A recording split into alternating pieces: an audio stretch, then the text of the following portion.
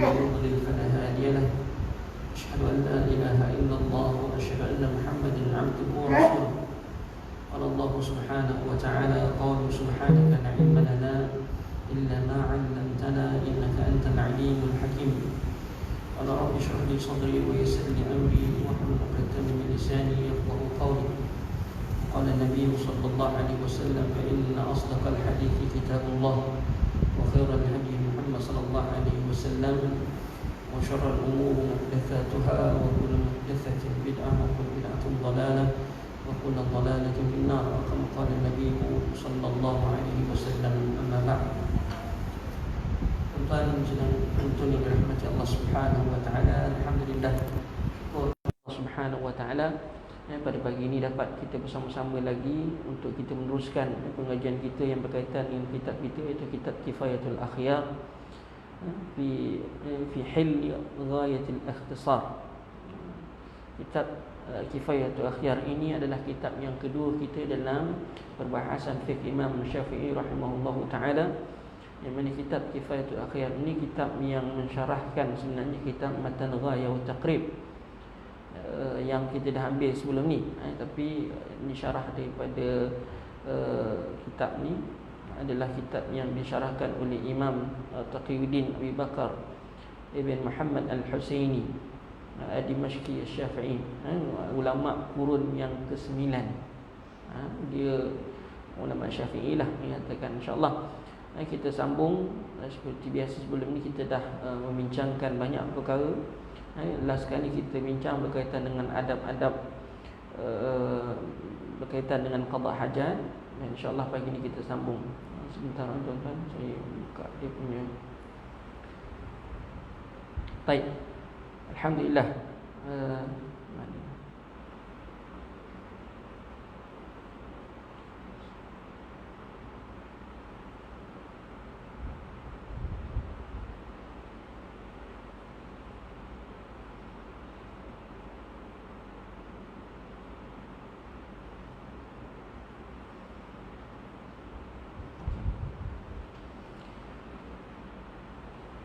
InsyaAllah kita masuk bab yang baru tuan-tuan, iaitu bab perkara-perkara yang membatalkan wudu. Bab ma yubtul wudu. Apa perkara-perkara yang membatalkan wudu. Baik. Kata muallif rahimahullahu taala,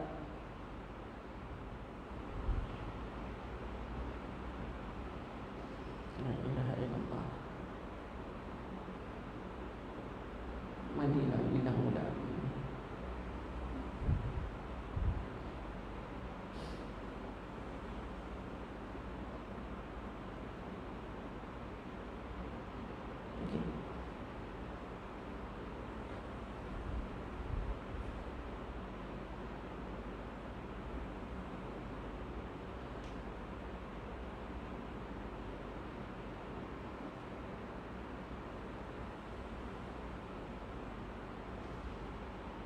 Ya, baik tuan-tuan, minta maaf.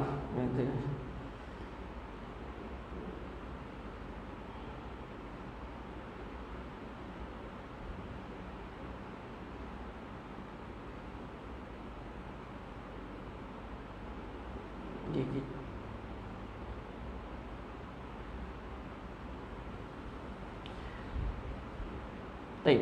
Perkara yang pertama menamati Allah Subhanahu wa taala yang membatalkan wudu. Ma kharaja min sabilain. Apa sahaja yang kata muallif rahimahullah, ma kharaja min sabilain, apa sahaja yang keluar daripada dua jalan. Apa sahaja yang keluar daripada dua jalan. Apa makna dua jalan menamati Allah Subhanahu wa taala, iaitu qubul ataupun dubur. Faslun walladhi yanqudu wudu'u khamsatu asya' ma kharaja min sabilain. Fasal pada menyatakan perkara-perkara yang membatalkan wudu itu ada 5 perkara. Yang pertama, lima kharaja min sabilain, iaitu apa sahaja yang keluar daripada dua jalan. Wa yanqudu wudu aidan, dia kata syifaan daimul hadas kama bi salasu min baul atau ghairi, wa syifaan mustahadah, wa yanqudu aidan inqida muddatul masa. Dia kata apa batal wuduk, apa saja yang keluar daripada kemaluan tadi, sama ada kita kata kubul ataupun dubur. Adapun dan juga termasuk dalam perkara ini ialah mereka yang mempunyai salasul baul ataupun selain daripadanya, contohnya orang yang ada mustahadah, dan juga batal wudu apabila tempoh sapuan. Kalau kita ambil menyapu di atas khuf, mana bila sampai habis je tempoh sapuan khuf tu batal wudu. Batal wudu. Ini disebut nama Allah Subhanahu wa taala oleh para ulama, wallahu a'lam, berdasarkan hadis-hadis Nabi sallallahu alaihi wasallam, dan juga berdasarkan ayat Al-Quran, auja ahadum minkum minal ghaid. Ghaid ini buang air besar lah, boleh juga perkara-perkara yang membatalkan wudu. Nabi dalam satu hadis yang lain, hadis Ali bin Abi Thalib radhiyallahu anhu, kuntu rajulan madza fastahyaitu an as'ala Rasulullah sallallahu alaihi wasallam di makan ibnatihi fa amartu al-Miqdad bin Aswad al-Kindi fasa'alahu faqala Rasulullah sallallahu alaihi wasallam yaghsil zakarahu wa yatawadda. Aku seorang lelaki yang banyak keluar air mazi. So air mazi ini juga termasuk cecair yang keluar daripada kemaluan kita, kemaluan lelaki ataupun perempuan. Maka jika keluar, maka itu perkara-perkara yang membatalkan wuduk lah. Bila ditanyakan kepada Rasulullah SAW tentang perkara tersebut, maka Nabi kata yaghsilu dzakarahu wa yatawadda, hendaklah dia membasuh kemaluannya dan juga berwuduk. Apa sahaja yang keluar daripada kemaluan. Kalau orang kata batu yang keluar, sama jugalah. Lepas tu dia kata ma kharaja min sabilain, apa sahaja yang keluar daripada dua jalan. Rambut keluar daripada situ pun sama juga. Tak kira. Ulat ke apa ke, wajib kena basuh bahagian yang tempat yang keluar tadilah. Bahagian yang keluar tadi. Cumanya dalam kes ini mati Allah Subhanahu wa taala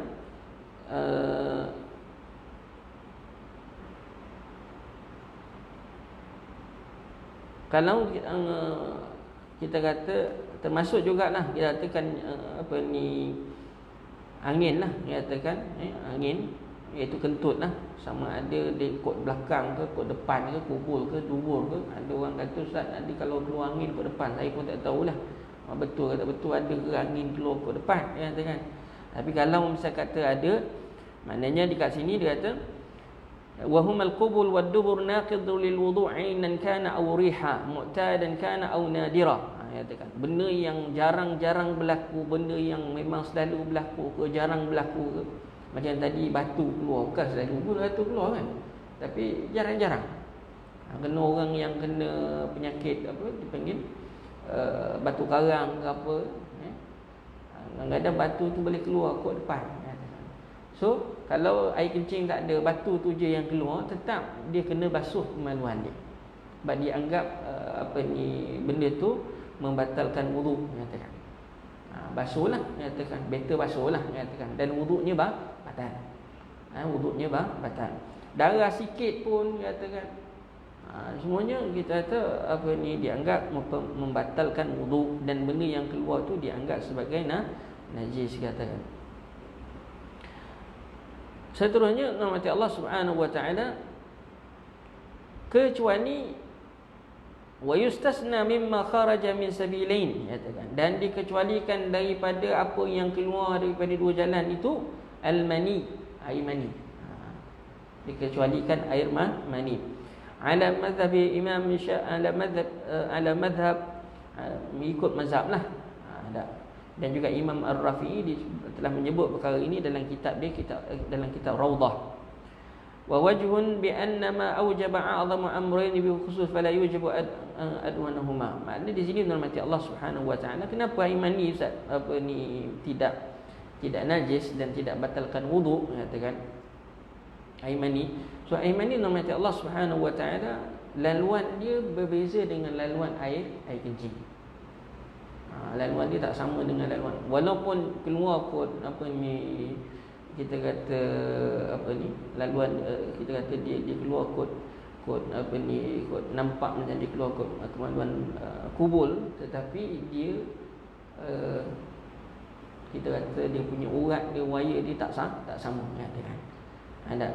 Dan air mani rahmat Allah Subhanahu wa taala jika keluar, kita kata dia tidak wajib, dia tidak membatalkan tidak membatalkan wuduk, tetapi rahmat Allah Subhanahu wa taala dia hanya mewajibkan mandi saja. Dia mewajibkan mandi.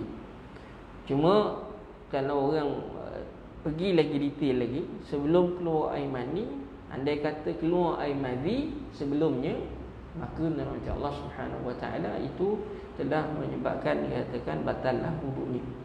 Batal wuduk. Bab ni rahmat Allah Subhanahu wa taala, air mani ni dia kata juga adakah air mani itu najis ataupun bersih, dia katakan, maka sebagian ulama kata ataupun kebanyakan ulama mengatakan bahawa air mani itu adalah suci, dia katakan. Dia bukannya najis. Dia suci, dia katakan. Sebab kita asal kejadian, maknanya kejadian manusia itu bermula daripada air mani. Ada. Wallahu a'lam, kata. Ada juga yang berpandangan masalah-masalah yang lain disebut dekat sini rahmat Allah. Kata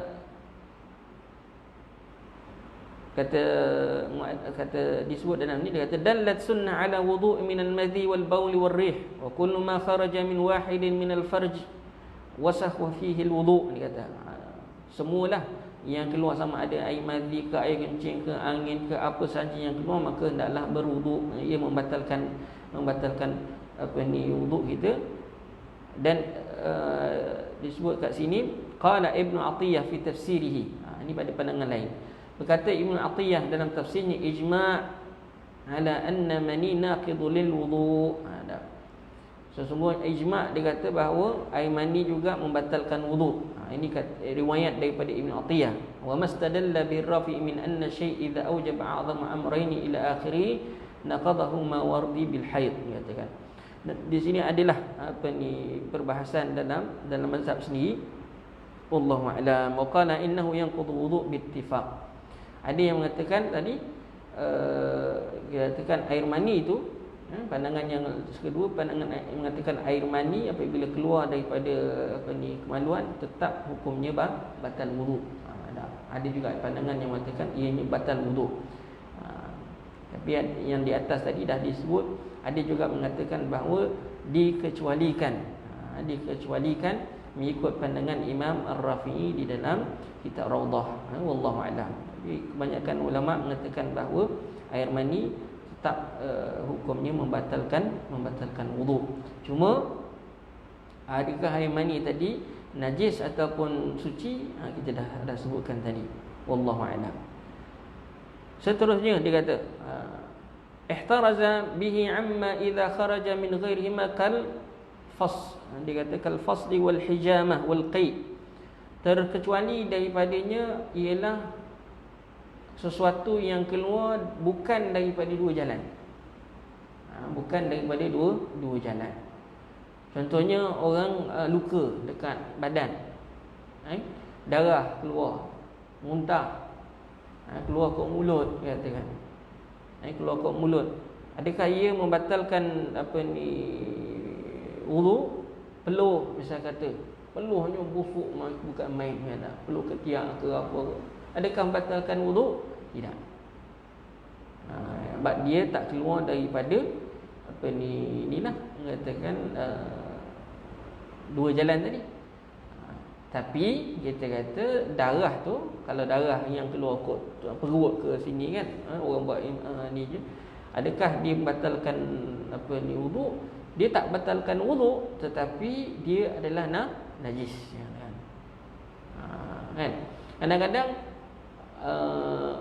contohlah kita kata, kan ada cerita Nabi tu apa, dia panggil apa, kutu babi kan, yang kutu yang dia tengah tepuk kan, Allah batal wuduk aku kan, kata kan.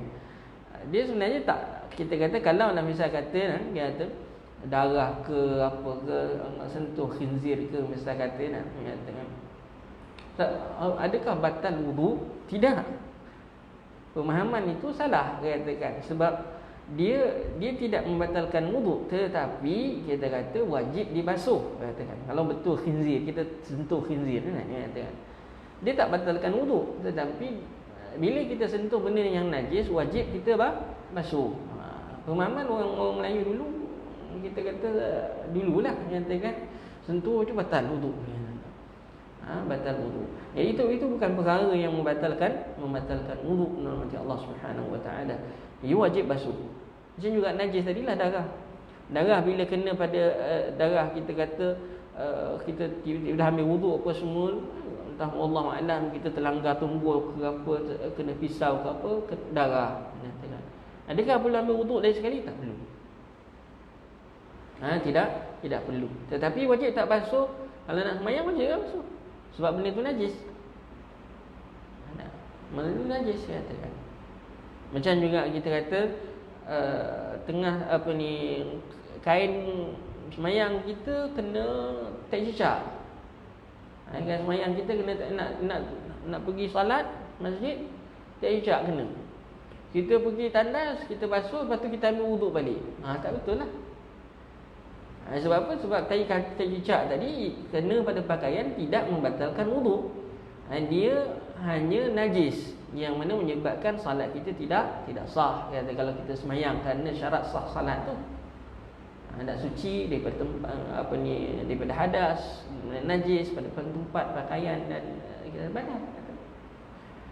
Itu kita kena bezakan di antara masalah ya kan. Wallahu a'lam.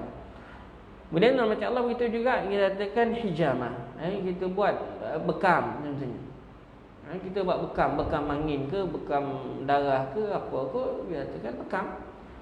Maka tidak membatalkan wuduk katakan. Tapi darah tu tetap hukumnya najis katakan.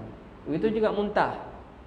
Cuma muntah ni ada setengah ulama dia kata ada muntah yang kita kata yang kalau ada setengahnya mengatakan muntah andai kata dia keluar daripada perut dalam mengatakan ada bahagian-bahagian dalam lah, dia tahu nak bezakan macam mana Allah alam. Sukar kita nak bezakan yang dalam yang atas ke yang ni. Yang Islam dimuntah pada hukum asalnya muntah tidak membatalkan wuduk lah katakan. Tapi dia najis tak? Najis. Ada setengah kata najis sebab dia datang daripada perut dalam. Berbeza dengan air liur. Air liur dia tak datang daripada perut dalam, dia hanya kawasan daripada kawasan mulut. Wallahu a'lam. Jadi itu nama Allah Subhanahu wa taala. Di situ kita kata ada sedikit katakan perbahasan lah katakan. Wallahu a'lam. Kemudian dia kata yang kedua, wan naumu ala ghairi hay'ati mutamakkin min al-ardi maq'aduhu. Dan tidur yang tidak tetap papan punggungnya ataupun tempat duduknya. Wallahu a'lam. Wallahu a'lam. Disebut dalam kenapa tidur ni batalkan wuduk, yang tak tetap papan punggungnya. Dia tidur bukan mengantuk. Bukan tidur ayam kata. Dia tidur. Betul dia tidur. Habis nak bezakan macam mana ustaz katakan? Orang ni tidur Islam dia masih lagi mendengar apa yang disampaikan. Kadang orang tidur matanya kejam, dia dengar. Dia tak tidur, dia kata selagi di mana dia dengar apa yang diucapkan, Allah dia tak belum tidur lagi lah. Kalau dia tak dengar apa yang diucapkan, apa yang disampaikan, sebenarnya dia dah tidur. Senang je nak bezakan. Dengar tak apa yang ceramah? Tapi Ustaz ada juga yang celik tak dengar. Allah alam lah kata. Jadi itu dah memang tak tidur lah. Sekarang kita bahaskan yang tidur. Ada juga dia katakan nama Allah Subhanahu wa taala tidur ni dia belum tidur, baru nak terlelap dia katakan. Dia antara dengar tak dengar. Itu pun belum tidur lagi. Tapi dah bunyi bengkok. Ada juga macam tu ya. Dia baru nak terlelap, dengkur start. Ada sahabat Nabi SAW, di antara menunggu di antara waktu salat tu, hatta yusma' minhum ghatita, dia sebut dalam hadis itu, sehingga didengari daripada mereka itu suara dengkuran. Bila Nabi datang terus semayang. Terus semayang, tak ada wuduk. Jadi mazhab Syafi'i, dia kata berdasarkan nas hadis Nabi sallallahu alaihi wasallam, al-'ainani wika'us sahi, fa idza namatil 'ainani intalaqa al-wika', faman nama falyatawadda. Ini hadis Nabi sallallahu alaihi wasallam. Dia kata dua mata ni wika'us sahi. Apa makna wika'us sahi? Dia katakan kita dua mata itu adalah penanda kesedaran seorang. Penanda sebagai kesedaran seorang. Dia sedar tak sedar? Fa idza namatil ainan, kalaulah dua mata tu dah tertidur, intalaqal wika faman nama fil. Maknanya bila dia matanya tidur, maka sense dia ataupun dia tak sedar dah. Dia tak sedar dah apa yang berlaku.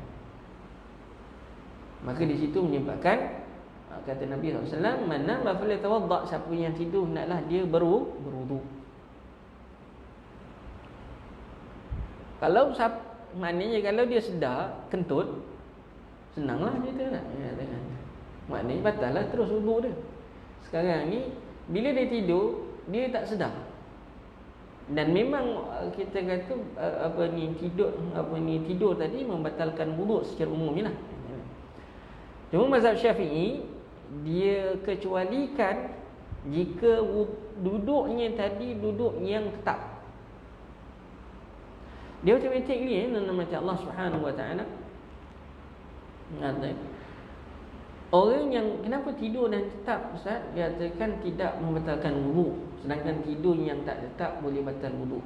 Tuan-tuan, jangan test kat sini lah, test tempat lain.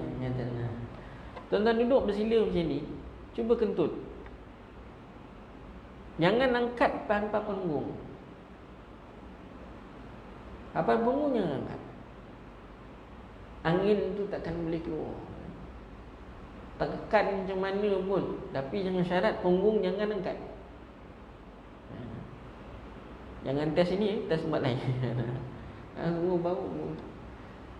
Jadi tuan-tuan macam Allah, memang takkan angin itu takkan keluar sebab dia punya ini tak terbuka. Tidak terbuka.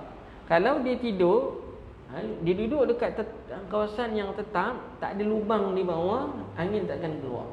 Tapi persoalannya, orang yang tidur, dia sedar tak papan punggungnya bergerak tak bergerak? Dan nama pun tidur, sedar?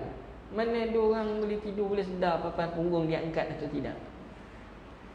Sebab tu kadang-kadang kita dengar, terus sebelah orang ni tidur dah, bunyi kentut juga, bau busuk pun ada juga.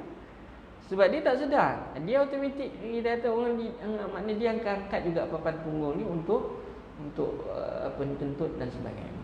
Jadi sebab itu disyorkan kepada mereka yang tidur, tak tidur, walaupun dia kata dia tidur dalam keadaan tetap, sekalipun nama Allah Subhanahu wa taala ihtiyatan, maknanya kita kata ambil jalan selamat, bangun pergi ambil wuduk, itu lebih baik. Itu lebih baik. Suggestion lah, mengatakan yang lebih baik lah, dia kata ihtiyat, dia katakan. Sebab macam saya kata tadi lah, orang tidur walaupun duk sandar sekalipun, dia katakan dia rasa tetap dan sebagainya, dia kalau dah lamanya tidur, dia tetap tak sedar. Dia tetap tak sedar. Wallahu a'lam. Kemudian dalam ayat Allah Subhanahu wa taala, termasuk dalam hadis Nabi sallallahu alaihi wasallam, kana ashabu Rasulillah sallallahu alaihi wasallam yanamun thumma yusalluna wa la yatawadda'un. Zada Abu Dawud hatta tahfiqu ru'usuhum wa kana dhalika ala ahdi Nabi sallallahu alaihi wasallam. Diriwayatkan dalam satu riwayat daripada Anas bin Malik radhiyallahu anhu bahawa sahabat-sahabat Nabi SAW tidur, dia kata, di antara salat fardu yang berikutnya, Apabila masuk waktu solat yang berikutnya, mereka terus mayang dan mereka tak berwuduk pun. Kata Imam, kata dalam tambahan riwayat Abu Daud, mereka kelihatan tidur sehingga tahfiqu ru'usuhum. Tahfiqu ru'usuhum. Maknanya sehingga dah kepalanya tunduk belaka. Tidur betul, nyatakan tidur betul. Wa kana dzalika ala ahdi Nabi sallallahu alaihi wasallam, dan itu berlaku pada zaman Nabi sallallahu alaihi wasallam. Wallahu a'lam. Jadi kita kata mazhab Syafi'i, dia takwilkan tidurnya tadi tidur yang papan punggungnya tetap. Syarat-syaratnya tadi itulah. Dia tidak ada lubang bawah. Kalau dia tidur kat papan, sebab saya tidur atas papan, nyatakan atas papan, tetaplah papan punggung kami, katakan, supaya kat bawah papan tu ada lubang apa semua. Ada jadi papan mana ada jarang-jarang kan, sedikit ada lubang-lubang, katakan, itu tidak, sebab dia ada lubang. Dia ada lubang, maka nama Allah Subhanahu Wa Taala tidurnya tadi tidak tetap. Kemudian dia kata kat lagi sini, kata an-naqidu yang berikutnya ialah zawalul aql, hilang ingatan. Hilang ingatan juga termasuk perkara yang batal wudu. Hilang ingatan. Hilang ingatan. Kenapa hilang ingatan batal wudu? Kalau orang gila apa semua, hitam, al-ighma wal junun was-sakar, katakan orang hilang akal gila ke, pengsan ke, ataupun mabuk ke, semua tadi membatalkan wudu bikulli hal, apa pun keadaan. Kerana tak sedar. Disebabkan ketidaksedarannya tadi, maka kita hukumkan wudunya batal. Wudunya batal. Maka dia perlulah ambil wudu. Walaupun dia kata sebelum dia mabuk tadi dia dah ambil wuduk sebagainya, katakan, tapi perkara itu zawadil akal, yang kita kata zawadil akal termasuk hilang akal, itu termasuk dalam perkara-perkara yang membatalkan wudu. Kemudian nama Allah Subhanahu Wa Taala, walamsul rajulil mar'ah min ghairi ha'il bainihima ghairul mahram fil asah, dan menyentuh lelaki akan perempuan tanpa lapik di antara keduanya dengan yang bukan mahram fil asah. Fil asah mengikut pandangan yang asah lah.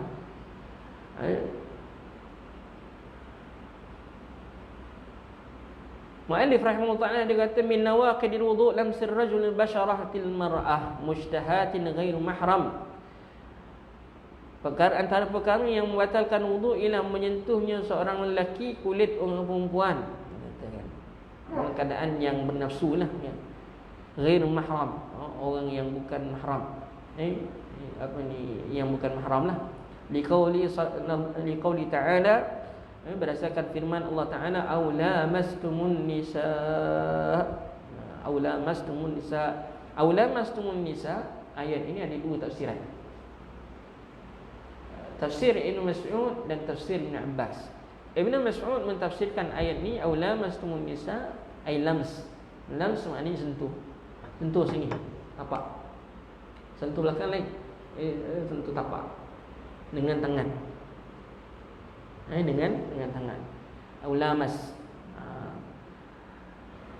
Ibn Abbas radhiyallahu anhuma, dia kata aulamastumun nisa kat sini ialah maknanya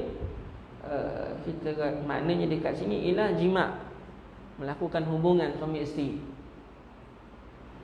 Jadi di situlah datangnya perbahasannya batal tak batal sentuh perempuan. Tuan-tuan kena bezakan menyentuh yang mahram ini, menyentuh tu hukumnya haram. Menyentuh perempuan yang halal nikah ni hukumnya haram. Batal tak batal wudu, itu satu hukum yang lain. Jadi takut kita kata nanti ada orang yang salah faham, katakan dia samakan dua-dua. Tidak. Menyentuh hukumnya asal menyentuh orang perempuan yang bukan mahram adalah haram. Cuma kalau tersentuh, batal tak batal wudu? Itu persoalannya kat sini. Maka kita kata mazhab Syafi'i, menyentuh lelaki akan perempuan itu hukumnya batal wudu. Kebanyakan ulama yang lain menyatakan tak batal wudu. Ada yang membezakan kalau nafsu batal wudu, kalau tak nafsu tak batal wudu. Mazhab Syafi'i ada juga dalam mazhab, pandangan dalam mazhab dikecualikan dalam keadaan yang betul-betul darurat. Contohnya macam kita dalam tawaf, ketika tawaf tu dalam keadaan bersesak, ada pandangan dalam mazhab Syafi'i pengecualian. Ini yang digunakan dalam fatwa tabung haji berkaitan dengan batal wudu tak batal wudu ketika tawaf, sehingga menyebabkan bersentuhan lelaki dengan perempuan dengan tidak sengaja ketika tawaf tadi. Adapun macam Allah, Ustaz, kenapa saya sentuh isteri batal wudu? Orang kata, kenapa saya sentuh isteri batal wudu? Isteri kan mahram saya. Orang kata tak mahram. Dia bukannya, kita kata mazhab Syafi'i yang dikatakan mahram itu mahram yang asal, nyatakan, bukan mahramnya sebab. Isteri kita jadi mahram kita bersebab. Bersebab kenapa? Sebab apa? Sebab ni nikah. Kalau tidak, dia bukan. Kalau tidak ada dah hubungan suami isteri kat situ, dipanggil apa ni, dalam ada istilah dia dipanggil apa ni, istilah mahram yang mahram lil abad. Bagi mahram yang muabbad, yang selama-lamanya. Dia ada mahram yang muakkad, mahram yang hanya sementara. Isteri tergolong dalam kumpulan mahram yang sementara. Sebab apabila berpisahnya suami isteri tadi, dia akan back pada asal, tak boleh. Dia katakan bukan boleh tentu, boleh sentuh apa semua, tak boleh. Maka sebab itu dia katakan, dia Syafi'i mengkategorikan perempuan isteri tadi itu sama juga membatalkan wudu bila berlakunya sentuhan. Cuma sebagian ulama dia katakan apa ni,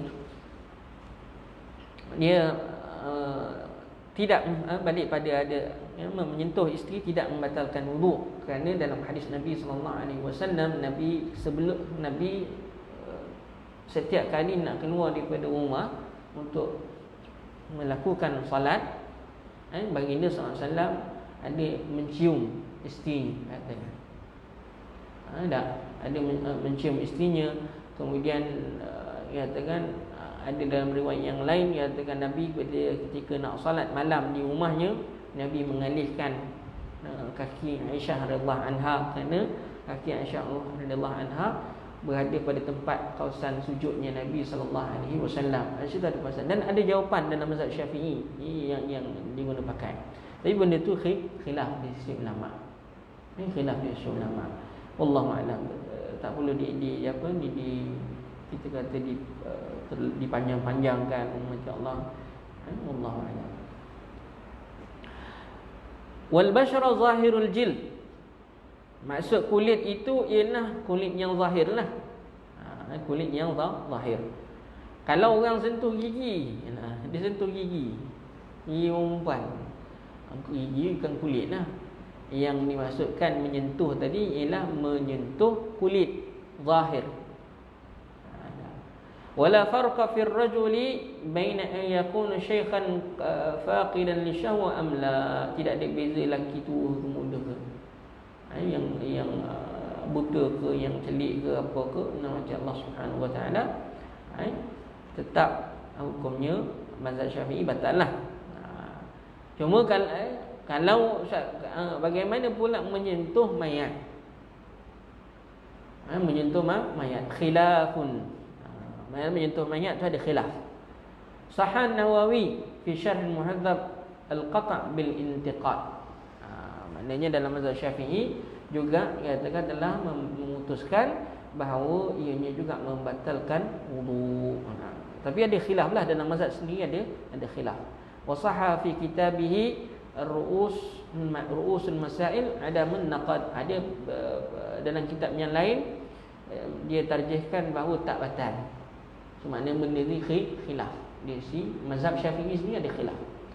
Wal khilafu mabniyun ala lafzi wal makna.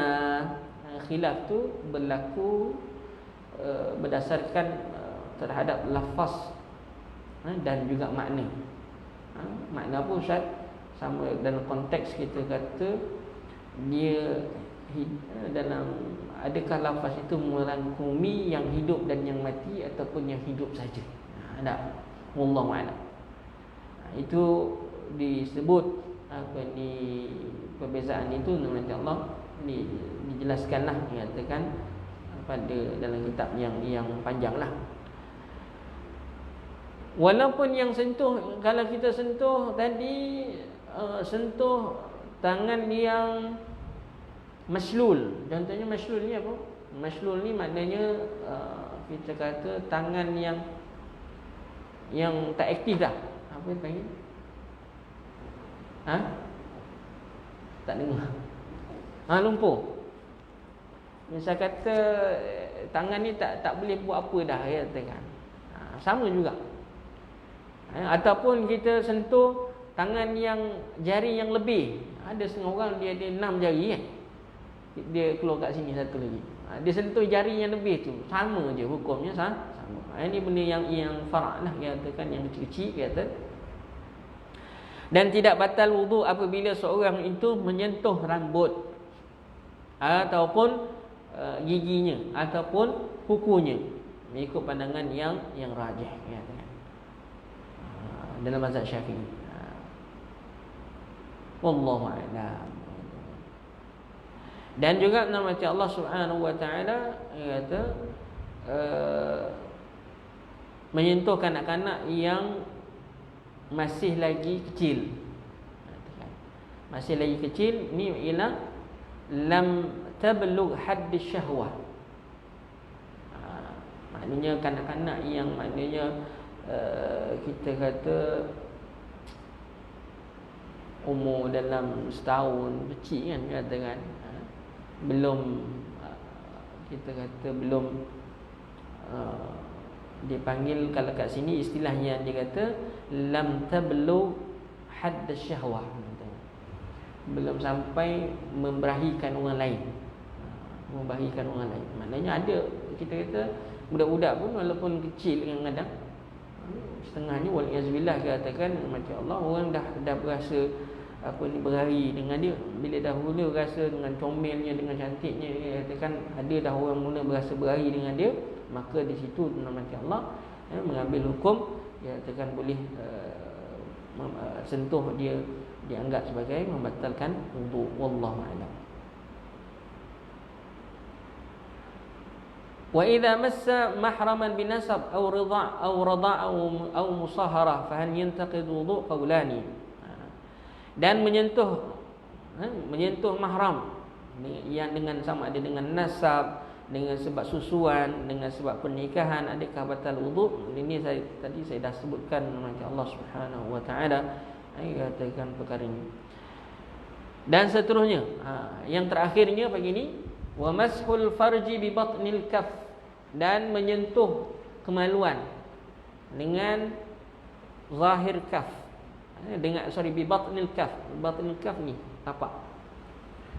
Termasuk dalam perkara yang membatalkan wudu ialah menyentuh kemaluan anak Adam, sawa'un kana fi min nafsihi, sama ada pada diri sendiri ataupun orang lain, lelaki ataupun perempuan, kecil ataupun besar, hidup ataupun mati, sentuh depan ataupun belakang, kubul ataupun dubur, semuanya batal wudu.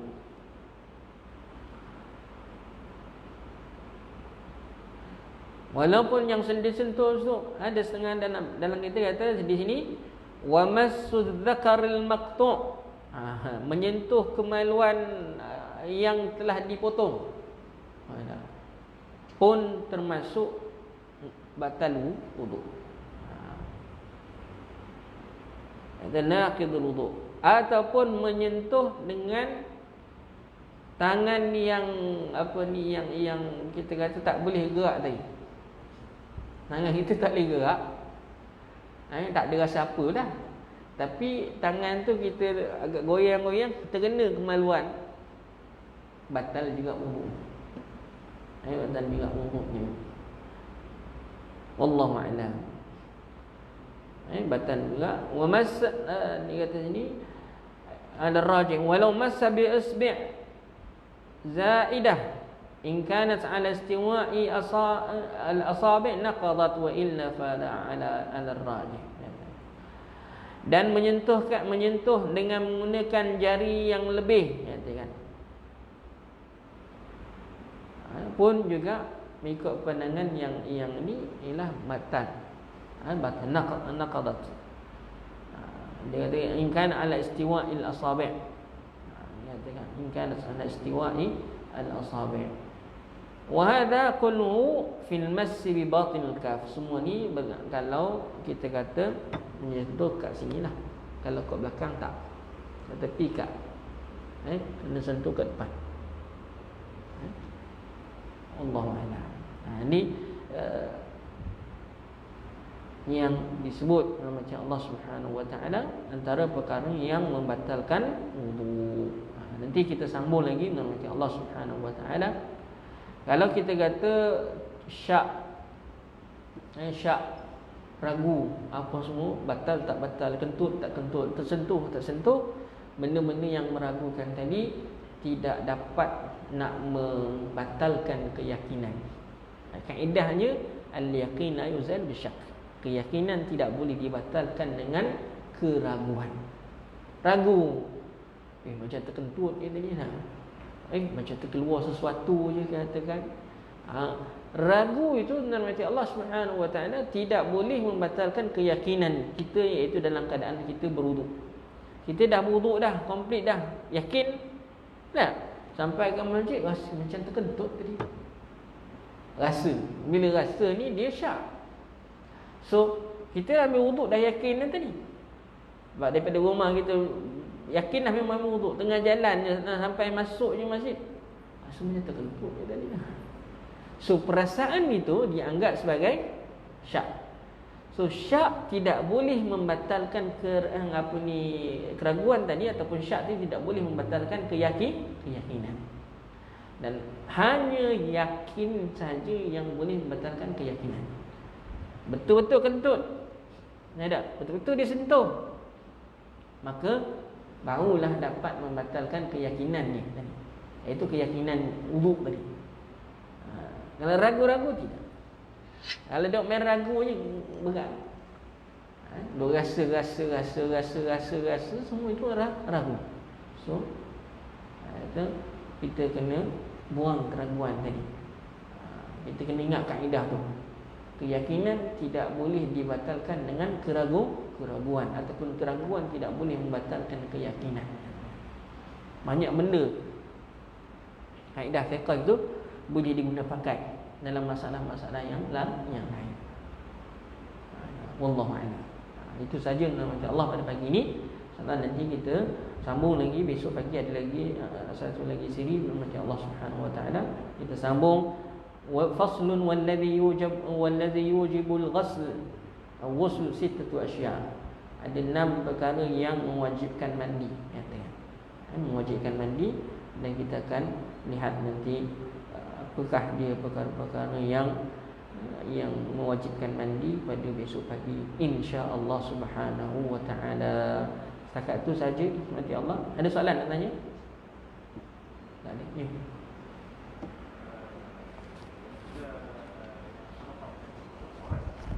Apa dia?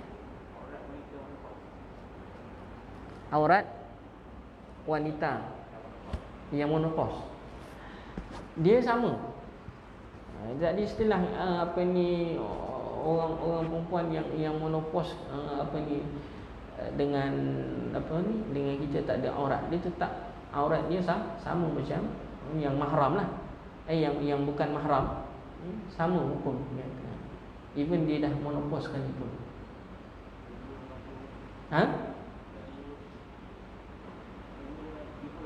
Boleh buka tak?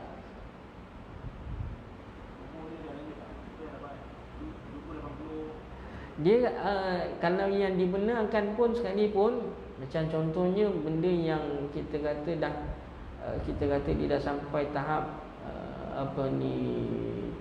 yang sampai haddul, dia panggil dah nyanyuk tu, dia katakan dia hanya yang zawahir saja. Zawahir maknanya contohnya katakan rambut, tangan, benda yang biasa normal ni memang orang perempuan dia duduk kat rumah dibuka. Yang tu mungkin katakan dia sampai had yang dah kita kata dah nyanyuk lah katakan, dah sampai nak nyanyuk. Tapi kalau dia balik pada hukum asal ni tetap, saya tak pasti kalau ada pandangan yang lain, wallahu a'lam. Jadi still walaupun monopause itu bukanlah satu perkara. Kadang-kadang ada orang perempuan 50 tahun dah monopause, tapi kita katakan tengok wajahnya apa semua masih lagi cantik dan sebagainya. So monopause itu bukan sebagai penanda untuk ni, tidak.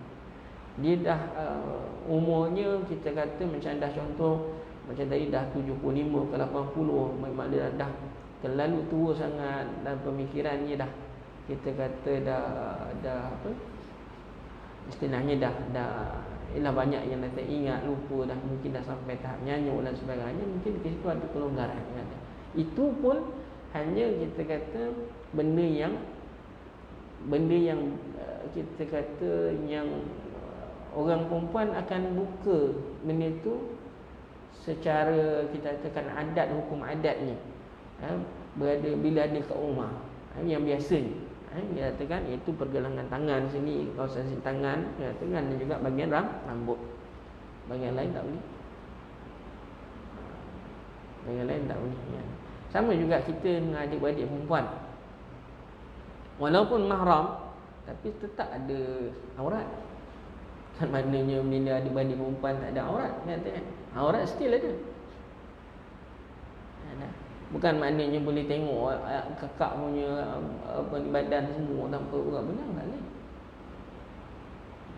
Dia hanya dibenarkan kita dibolehkan ialah benda yang zawahir. Maknanya kita katakan kebiasaannya orang kalau kat rumah ni orang apa yang terbuka, ya, rambut, tangan. Sebab tu kakak ke adik ke katakan kat rumah tak boleh pakai pakaian yang seksi-seksi kat rumah. Pakai seluar pendek ke apa ke, walaupun ini kakak saya, apa masalahnya, marah saya, tak boleh.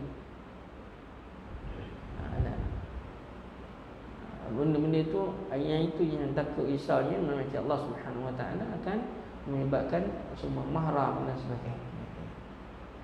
Ini kena hati-hati. Wallahu a'lam. Ada orang tak perasan, bab-bab tu orang tak perasan, dia katakan benda-benda dia ingat mahram. Ni mahram tak imam. Kat rumah pakai seluar pendek dia katakan. Anak perempuan ke anak lelaki ke macam. Sama dengan lelaki kan. Kat rumah dia katakan pakaiannya dengan apa ni tak pakai maknanya kalau tak pakai baju ke melenging ke apa semua pakai seluar pendek ke apa. Kadang-kadang perkara-perkara itu kita tak nampak dia punya ini disebabkan kita rasa ni ada beradik apa semua mahram apa semua. Jadi tak itu kena hati-hati ya. Sebab still masih lagi ada aurat. Masih ni ada aurat. Even kita kata isteri kita ya katakan, kalau isteri kita sekalipun pakai ada pakaian yang seksi kan, katakan contohlah nak pakai harus, tapi bukan bermakna dia boleh pakai pakaian tersebut depan anak-anak apa semua, tak boleh.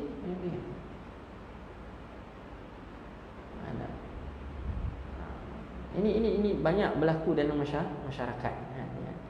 Mungkin disebabkan mahram, katakan dia pakai seksi dalam rumah, adik-beradik lelaki apa semua. Jadi bila orang tanya,